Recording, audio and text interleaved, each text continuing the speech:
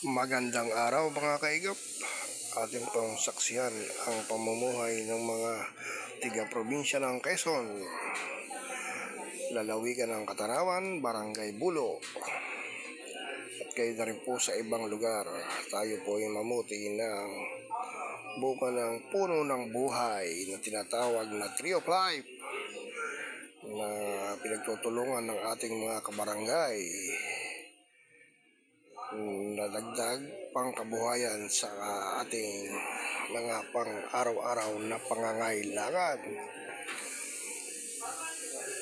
Halika po't inyong saksiyan ang aming mga karanasan, lalo na ang mga tigalunsod na hindi nararanasan ang ganitong pamumuhay. Halika po kayo at tunghayan ang aming pagbabayanihan na masayang pinagsasalu-saluhan. Alam niyo po ba, ang puno ng buhay ay mapagkukunan ng panguling na ating pinaghihirapan para may panggatong tayo sa pang-araw-araw, katulad nitong aming naputi na saging na saba. Ayan po.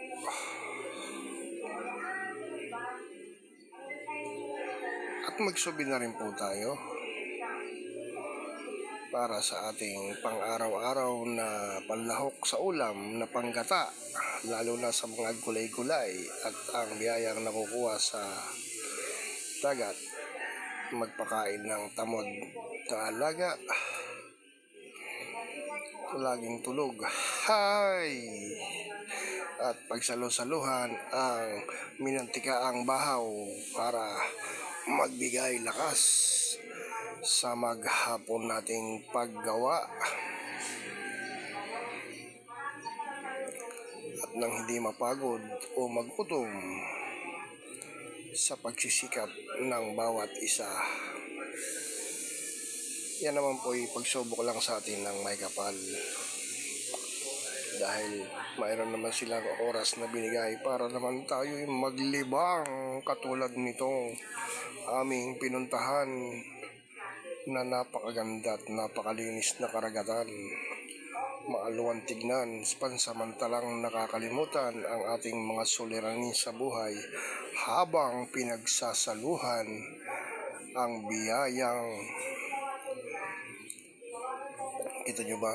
Ang ganda. Habang pinagsasaluhan natin ang biyaya ng may kapal sa pang-araw-araw na ulam katulad nito. Ayan po. Yan po ay para sa mga dukha. Bihira pong makatikim ang mga may pera niyan. So, pagkatapos po ng paglilibang, tayo'y magagayak naman at tayo'y naimbitahan ng ating mga kabarangay sa kanilang pagdiriwang. Kaya practice todo para handa sa laban. Heto na po tayo sa ating imbitasyon. Happy Fiesta po sa Barangay Kutkutan, Katanawan, Quezon.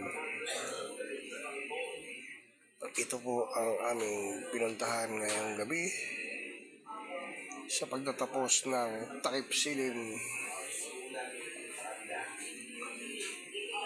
Kasama po ng aming mga kabarangay at mga kagawaran. Kami po ay muling nagpapasalamat sa inyong imbitasyon na kami dumalod sa inyong kapistahan, kasama po ang aking nag-iisang may bahay. Ayan po. Maraming salamat mga kaigap.